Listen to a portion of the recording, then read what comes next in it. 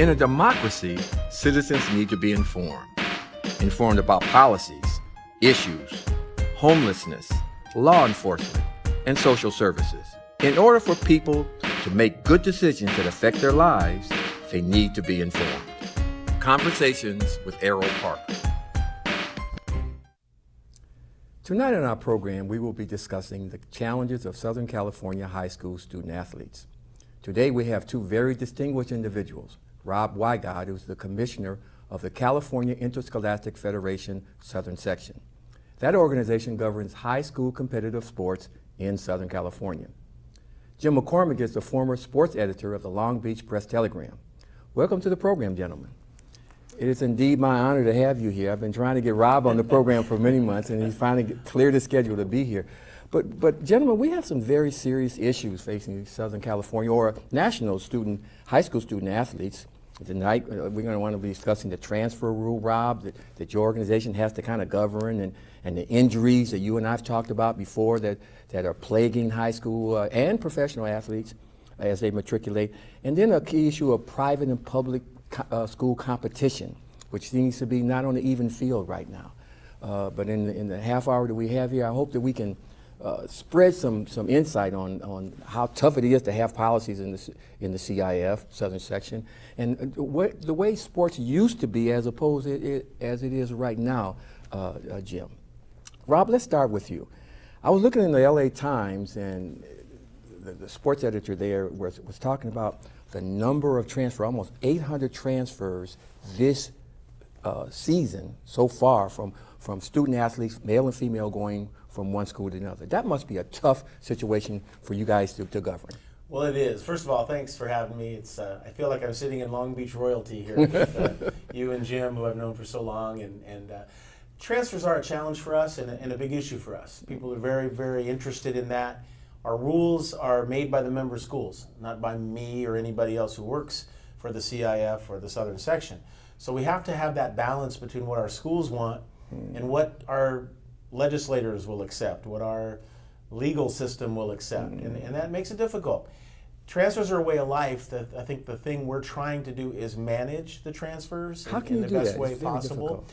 You want to set clear guidelines and clear rules for those transfers, and if they're done within those rules, then there can't be a real issue. It's the ones that maybe happen outside of the rules that we certainly would get.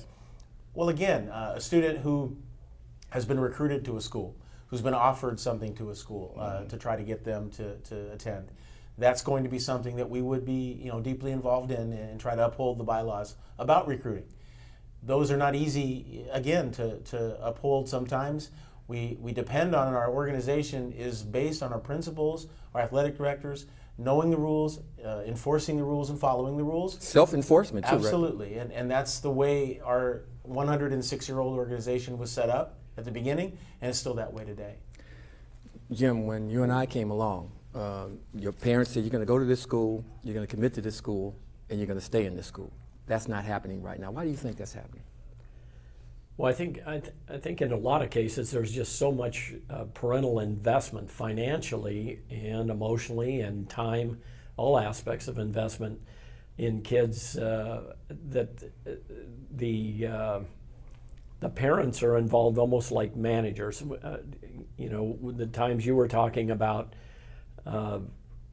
people wanted their kids to play for coaches, the coaches in their community that they knew and had a reputation for making kids better, both athletically and as human beings. And now the emphasis, I think, at the apex of these issues, the issue more is performance on the field or on the court, and then the opportunities for scholarships. And it's in the majority of the cases, it's a fool's gold. Most kids can't perform well enough to get a scholarship. The elite ones can for sure, but it just leaves everything in kind of a tense relationship all the time. And if a parent's not happy with what's happening with their child at a particular school, it's the common response now is to just leave. Isn't that sending a terrible message as a parent that when I, as a student athlete or any kid, faces a tough situation where you're not chosen, you're demoted, you have to applaud for somebody else, isn't it sending the wrong message, or is it, Rob, that your parent says, you don't have to go through this, let's go to greener grass? Oh, I completely agree with you. I think we're not teaching our young people how to stay with something, how to deal with adversity. One of the great things that education-based athletics teaches young people is how to overcome being hurt and tired and hot and cold and all these other things, wanting your own individual goal that must be set aside for your team. I think we are missing the boat when all we tell our young people is, this isn't working, there's another place for us to go. Let's back up for a minute. Articulate the mission for CIF Southern Section or CIF in period. What is your mission statement? What are you guys trying to do? It's a great question. Thanks for asking it. We are an education-based athletics organization. That's what we are. Our motto is academics, athletics, integrity. It's academics first. Mm-hmm. Our schools are open for what they do to educate young people. Student athletes. Absolutely. And that's first for us, first and foremost. But we believe there's a classroom outside the building. And we believe the lessons that we can teach through athletics and the perseverance, the hard work, the teamwork, all these qualities and values you can learn through athletics. I was a social studies teacher. I wasn't able to teach those things in the same manner in a social studies classroom. I didn't have the platform. But our teacher coaches have that platform. And those relationships, the mentoring that gets done through the experiences in high school athletics, we're the only ones that do it. I have no disrespect or bad feeling for club or travel organizations, those that Jim referenced, but I still believe we do something very unique. We're educating the total student. It's all about them academically, socially, emotionally, psychologically, athletically, and that's really what we're about. So that's where we want to focus our efforts on educating the student athletes through athletics. Jim, it's more tougher than it used to be with that, but you and I had a conversation last night about sports injuries and the hours that kids putting into sports right now and the travel they have to do to go from school to school, from home to school, But the injuries that we look at, particularly you talked about, tell us about pitchers, young pitchers, and the injuries that they, after the innings and time they put into pitching, and their arms taking a terrible toll. Well, I think the expectations for our kids are just the physical expectations are reaching the point in many cases where it's sadly unreasonable. We're seeing in the major leagues now 21, 22-year-old pitchers that come in that pitch like they're 40. I mean, they really know how to pitch. They're dynamic in the way they pitch, and they're being seriously injured, arm injuries, by the time they're 23, 24. Mm-hmm. I think it seems, I recall hearing a statistic this year that there were 117 pitchers in the major leagues that had Tommy John surgery, and these are athletes who are less than 26, 27. So the burden, they play travel ball. If you're in a state like California where the weather's basically gorgeous year-round, these kids are pitching the equivalent of close to a major league season, clearly the equivalent of a college season from the time they're 8 years old, and through all of their growth dynamics. And I just don't think it bodes well for them. I think it's a mistake, and a concerning mistake.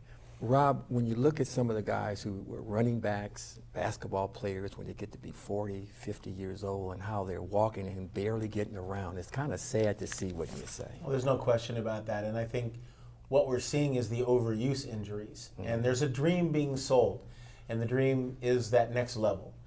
Where I think, and I'd ask you as a coach all your years that you began, when you were coaching, the number of opportunities for student athletes to go to college is probably the same today. Mm-hmm. There's 85 Division I football scholarships, and there have been 85 Division I football scholarships probably for 30, 40 years.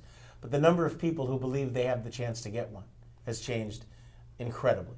It certainly has. So if we had the opportunities that have grown that much, then I could see it. But we've actually had a dream being sold with the same number of opportunities, yet unbelievable increases in people who think they're going to get them.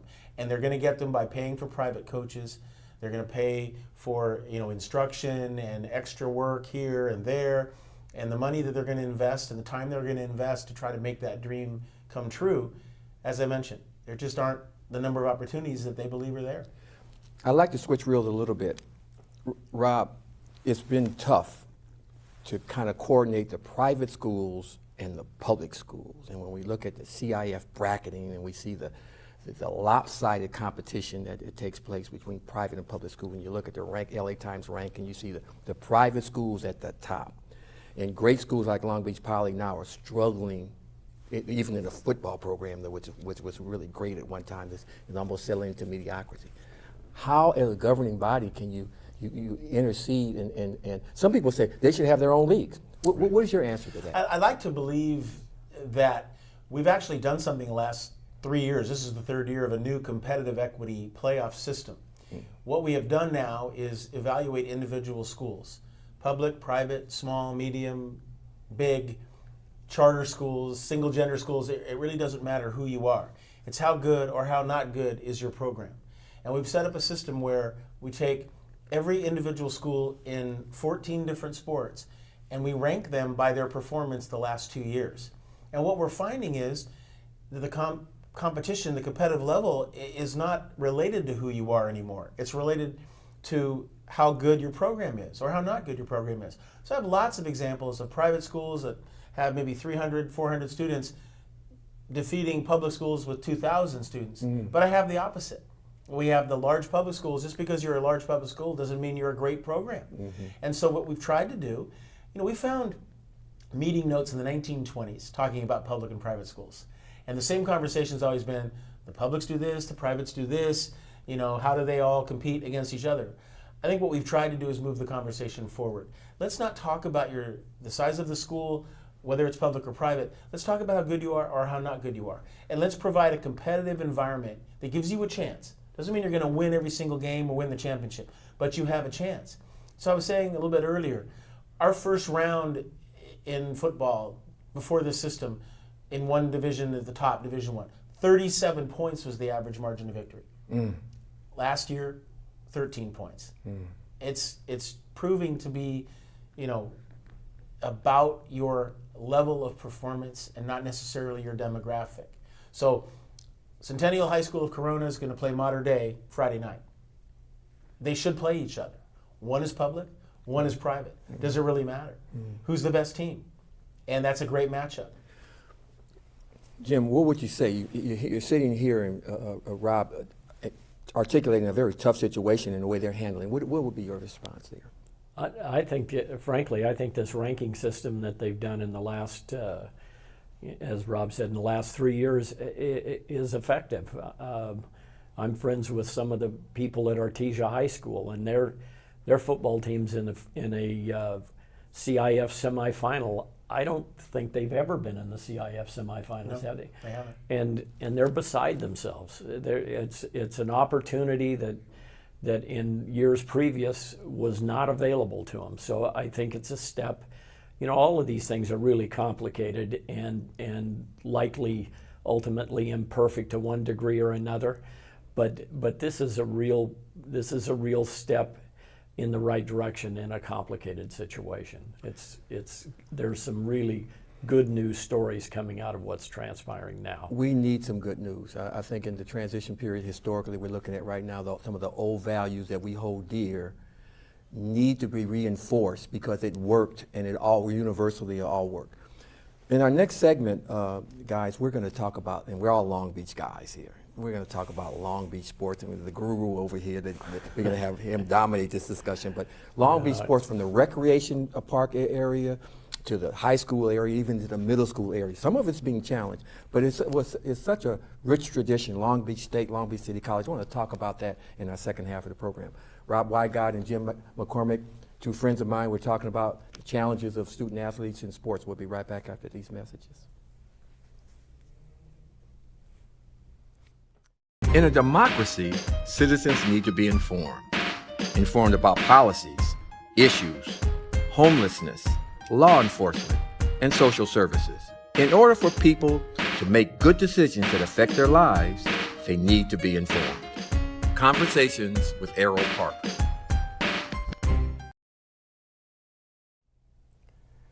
Welcome back. We're visiting with Rob Wigod, who is the commissioner for the CIF Southern Section, and Jim McCormack, the former sports editor of the Long Beach Press-Telegram. We're talking about high school student sports in the Southern California area, but we're going to zero in on Long Beach sports guys. And we grew up, I came Long Beach 50 years ago, and I got involved with the Poly program and the Moore League and all the great sports there in Long Beach. I mean, even from the recreation area and the middle school area.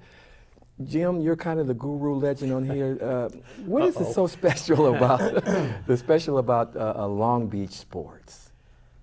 Well, it now has a history that personally I think is probably second to none.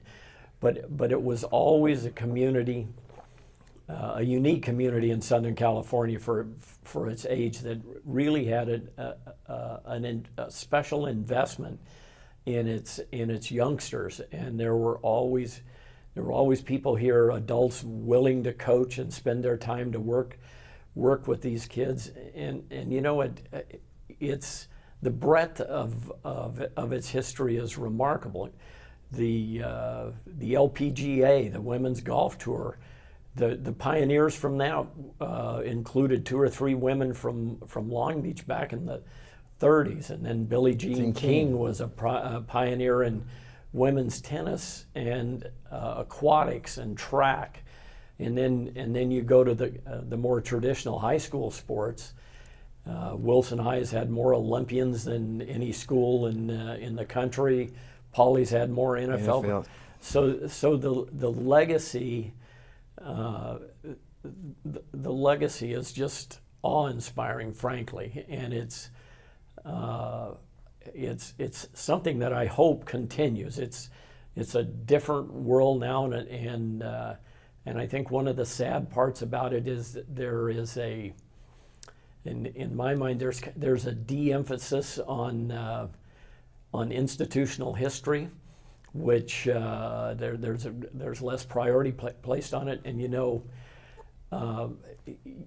Long Beach's case in sports, that would be really, really sad, because the number of young people whose lives have been incredibly changed by what they were able to do athletically in Long Beach is probably incalculable.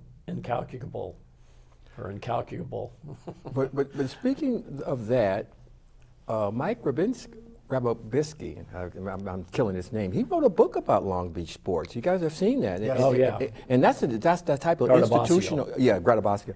That's the type of institution education that you're talking about. Rob, you're a Long Beach guy. I am. I'm proud of it.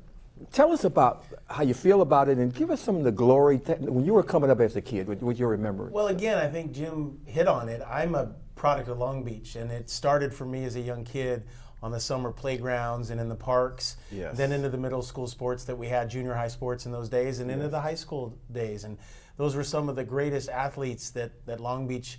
I wasn't one of them, but there were a lot of them at the schools and the people that I got to watch and play against. And I just, knowing what I know growing up here and then working for the CIF, where I see everybody, I realize and appreciate Long Beach even more, and the Moore League, and what this tradition means. The coaches I had, the impact they made on my life. Name some of the coaches. Well, John Meyer, Skip Rowland, Owen Dixon, that I had at Wilson, they were as much of an impact on me. The only one more was my own father. And those gentlemen taught me virtually everything that I wanted to be. And I became a social studies teacher and a football coach and an athletic director because of men like that. But it wasn't just our coaches at Wilson. There were so many great coaches at the other schools, and just competing against them. When I got into coaching myself, getting to know them even better as a coach, as a young person in college, it made an incredible impression on me. And I never would have thought I would be sitting in the CIF Southern Section office in charge of high school sports from Southern California. And I was this regular kid who went to Wilson High School, but loved high school sports and loved the experience that I got through that and made it my life, made it my career. But it's a sad part of that, and you kind of alluded to it earlier. As time goes by, almost Gone with the Wind, we see the tail off in talent in the major sports in Long Beach, like in football, and not so much in baseball. They still have some really good, but in basketball, we see Poly ravaging through the Moore League in scores. It's not really preparing them for, but the drop off in talent, Jim, has really been noticeable in those sports, not in the other sports, like in water polo and soccer, but in the two major sports. Why do you think that is? Well, I think it's just the current environment. I was talking with Frank Burleson just the other day, and he said you can look at some of these, like the rosters at Mater Dei and St. John Bosco, and you'll see children of people who were great athletes at Poly. Yeah. And in the past, everybody in Long Beach wanted to stay in Long Beach. Yes. I mean, everything they needed athletically was at Long Beach. Depending, you went to Wilson if it was water polo, Poly if it was football or basketball, but there was a much greater sense of community. Now everything is so fluid that the geographical issues have changed, and it's part of the new reality. Sadly, I think. Let's talk about Cal State Long Beach sports history. I mean, there were some just outstanding, Rob, athletes. I mean, and coaches. George Allen coached there. Tex Winter coached there. That meant a lot to the Long Beach community in terms of Long Beach State being a great athletic town, wouldn't you say? It is, and it's about continuity. I think when you see successful programs, it's because they have continuity, they have tradition, they have standards that they live up to. The Long Beach State story is more outside of their control in that the haves and have-nots in the Division I level at the NCAA, that gap has just gone wider and wider and wider. At a time when the NCAA would regulate how many times you were on TV and if you had a football program or whatever. Nowadays, as we know, the Power Five run the NCAA. That's right. And if you're not in the Power Five, you're just in a whole different world. And that's the struggle. Long Beach State has the best building in the Big West. It's the best location. That's right. It's an opportunity to go to the tournament every single year in terms of the competitive level in the conference. I'm a proud Long Beach State grad, and I know the challenges that the program faces with continuity, keeping the players, and just the environment Jim's described. And you've got one of the greatest ever sitting out here in the waiting room that's going to join you in a few minutes, and Glenn McDonald. We all loved and idolized those guys, and they were there for 3 years and 4 years, and we got to follow their progress. And unfortunately, today's environment just doesn't allow for some of that. Jim, when you think of Long Beach City College sports, what do you think about? Well, I think Long Beach City has its own great history. Again, and you don't want to sit around lamenting like an old timer that everything was better then. It was different. But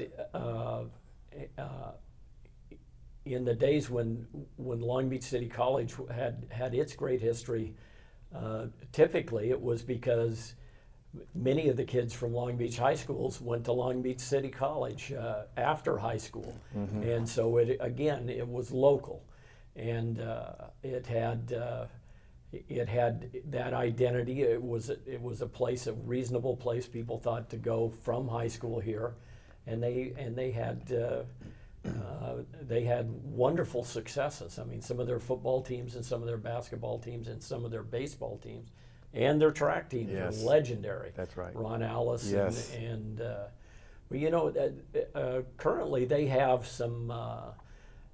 They're writing a new history now. It's different. Misty May is the volleyball coach there. Yes, that's right. And their men and women just won conference water polo championships. They've had the football team's a little up and down, but they've had some pretty good football teams in the last couple of years, and their coach there is terrific. So it's the same with City, the high schools, and Long Beach. They're in a different world. and a more complicated world, but it also shows that even in those situations, if the right coach is there, I mean, you take Alan Knipe at Long Beach State with men's volleyball. They can play, I mean, they're national champions. They can play with anybody. Buckley with the Dirtbags has got them competitive. And then the same thing applies at City, and it can apply in the high schools, although the issue now with the high schools with so many walk-on coaches, all three of us have agreed that not having on-campus coaches is an incredible detriment to athletic success. You were going to say something. You know what I want to offer up is we've talked about some of the real changes that have taken place. But I think in our 106-year history, I want people to think about this. All we hear about now is how divided we are as a society, how we can't get along, we aren't the same race, religion, we're not from the same place, socioeconomically, there's wide gaps. And then I say, but wait a minute, look at a high school sports team. What does that show you? It shows you a bunch of different student athletes who are different colors, different religions, different languages, different socioeconomic status, different everything, who set aside their personal goals for the benefit of the team so the team can achieve as a group. Look at that example. Isn't that what everyone says that the United States needs to be and our society needs to be? Yes. So while we talk about transfers and we talk about injuries and we talk about the changing history and the dynamics that have gone on, I guess I still want to bring people back. We've been doing this for 106 years, and we're still doing it. And what we're doing is showing, I think, an incredible example of how people can get along, how they can work together, how they can set aside what divides them and actually pull together and do it. And I think people need to look at us in that high school sports arena and realize what kids are learning and how that adults can learn from that. But the key to it, guys, is leadership at that coaching level. That coach who can bring that diversity together. I mean, because there are some natural conflicts there. The school administration has to support a coach. But if a coach is a good leader and he understands the diversity, that he can bring that team together, Jim, and they can play up to their potential. Rob, frankly, I agree completely with Rob's point, and I'm elated that he brought it up, because when you watch high school teams, the diversity among the teams is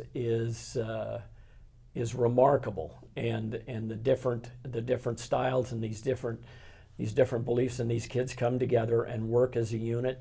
And to tell you the truth, while there's an awful lot of negative narrative going on nationally right now, the truth is those teams more accurately reflect the America that I live in than the narratives that we're exposed to almost constantly.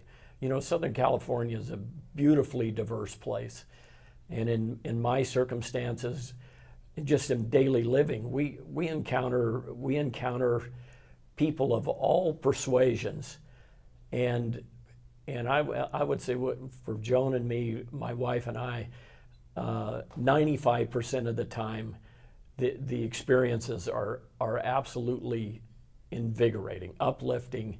This is a better place than we're told that it is. So your point was money.